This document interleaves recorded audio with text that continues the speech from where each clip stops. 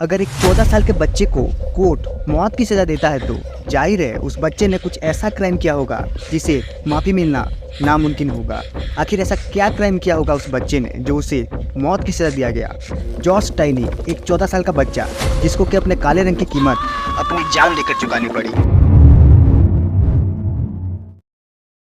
Mr. Noel was the teacher in the school, giving a lesson one afternoon. ये कहानी है America के कानून द्वारा किए गए सबसे बड़े इनजस्टिस की, जहां बिना किसी सबूत और गवाह के 1994 में एक 14 साल के बच्चे को खूनी करार देते हुए 3 महीने के अंदर अंदर उसको मौत के घाट उतार दिया गया। 2013 में उस बच्चे की मौत के लगभग 70 साल बाद कुछ ऐसा होता है जिसकी वजह से जॉर्ज के केस को रीओपन किया जाता है।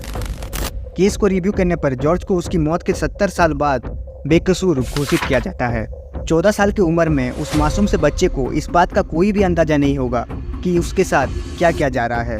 देखते ही देखते उसको अपने माँ बाप से अलग करके इस दुनिया से रवाना कर दिया गया। आखिर अमेरिका जैसे डेवलप और एडवांस देश में खुलेआम एक बच्चे के साथ इतना बड़ा इनजस्टिस कैसे हो सकता है। 2013 में क्या हुआ था जिसे कि जॉर्ज के केस को रीओपन करना पड़ा। 44 George Stinney Jr. was just 14 when a rush to judgment sent him to his death in South Carolina's electric chair. 1940 के दशक में अमेरिका में रेसिज्म अपने पीक पर था। उस समय अमेरिका में काला होना एक श्राप के समान था। जहां सभी अच्छी नौकरियां, पैसे और शोहरत गोरे लोगों के नसीब में होता था, वहीं काले लोगों को मजदूरी, साफ सफाई और यहाँ तक कि भीख मांगकर 2 टाइम का खाना नसीब होता था। 14 साल का जॉर्ज 5 फीट 1 इंच और 40 किलो का छोटी कदकाठी वाला लड़का था। वो अमेरिका के एक शहर साउथ कैरोलिना में एक छोटे से गांव में अपने माँ बाप, एक भाई और 2 बहन के साथ रहता था। जॉर्ज के पिता एक लकड़ी काटने की फैक्ट्री में काम किया करते थे और उनका पूरा परिवार कंपनी द्वारा दिए गए एक घर में रहता था। उनके गाँव में गोरे और कालों के रहने के लिए अलग अलग इलाके थे।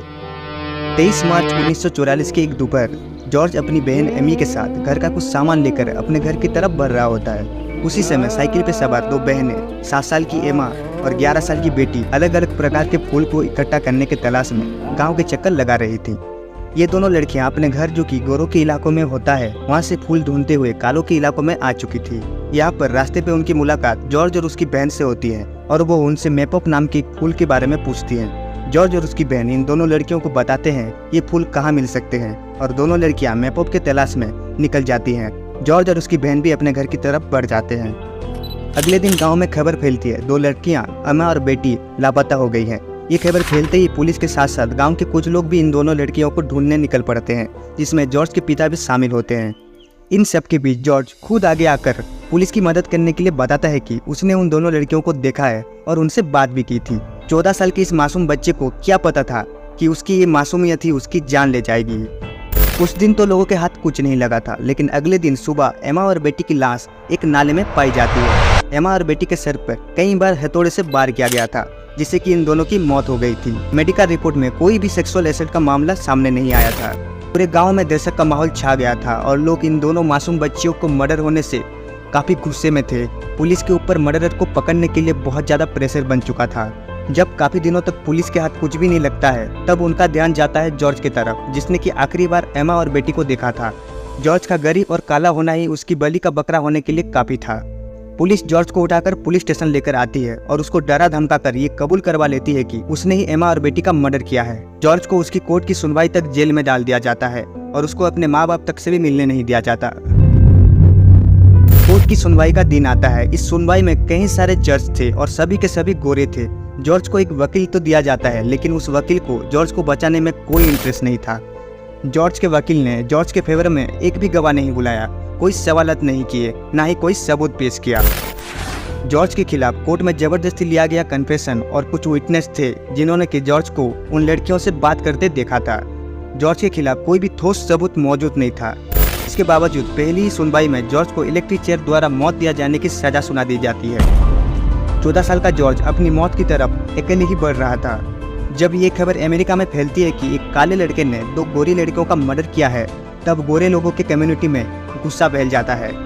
जगह जगह काले लोगों पर हमले किए जाते हैं। जॉर्ज के पिता को नौकरी से निकाल दिया जाता है और उनके परिवार को कंपनी का घर छोड़ना पड़ता है। जॉर्ज के परिवार को ये भी नहीं बताया जाता है कि आखिर जॉर्ज को किस जगह रखा गया है। जॉर्ज और उसके परिवार के साथ हो रही इनजस्टिस को देखकर ब्लैक कम्युनिटी में भी प्रोटेस्ट शुरू हो जाता है। और जॉर्ज को फेयर ट्रायल देने की मांग की जाती है। जॉर्ज की मौत को रोकने के लिए गवर्नर के ऑफिस में हजारों लेटर और अपील भेजी जाती है, लेकिन सभी को इग्नोर कर दिया जाता है। 16 जून 1944 जॉर्ज की मौत वाले दिन फाइनली उसके पेरेंट्स को उससे मिलने दिया जाता है। जॉर्ज और उसका परिवार लाचारी के मारे रोने के अलावा और कुछ नहीं कर सकते थे। कुछ देर बाद अपनी छोटी सी जिंदगी का आखिरी सफर तय करते हुए हाथों में बाइबल लिए इलेक्ट्रिक चेयर की तरफ बढ़ता है। जॉर्ज से उसकी आखिरी ख्वाहिश पूछने पर वो अपने सर को हिलाते हुए ना का इशारा करता है। जिस इलेक्ट्रिक चेयर पर जॉर्ज को बिठाया जाता है वो किसी बच्चे के लिए नहीं बनी थी, इसलिए जॉर्ज उस पर फिट नहीं बैठ रहा था। जॉर्ज को चेयर पे फिट करने के लिए उसको उसकी बाइबल पर बिठाया जाता है। जॉर्ज के चेहरे को एक कपड़े से ढका जाता है। जॉर्ज अपनी मौत को नजदीक देखकर रोने लगता है, लेकिन गोरे भेड़िए तो बस जॉर्ज के खून के प्यासे थे। उन पर जॉर्ज के रोने पर क्या ही फर्क पड़ता। आखिर वो पल आता है जब जॉर्ज को इलेक्ट्रिक शॉक दिया जाने का सिग्नल आता है। 2500 वोल्ट की बिजली जॉर्ज के शरीर में दौड़ने लगती है।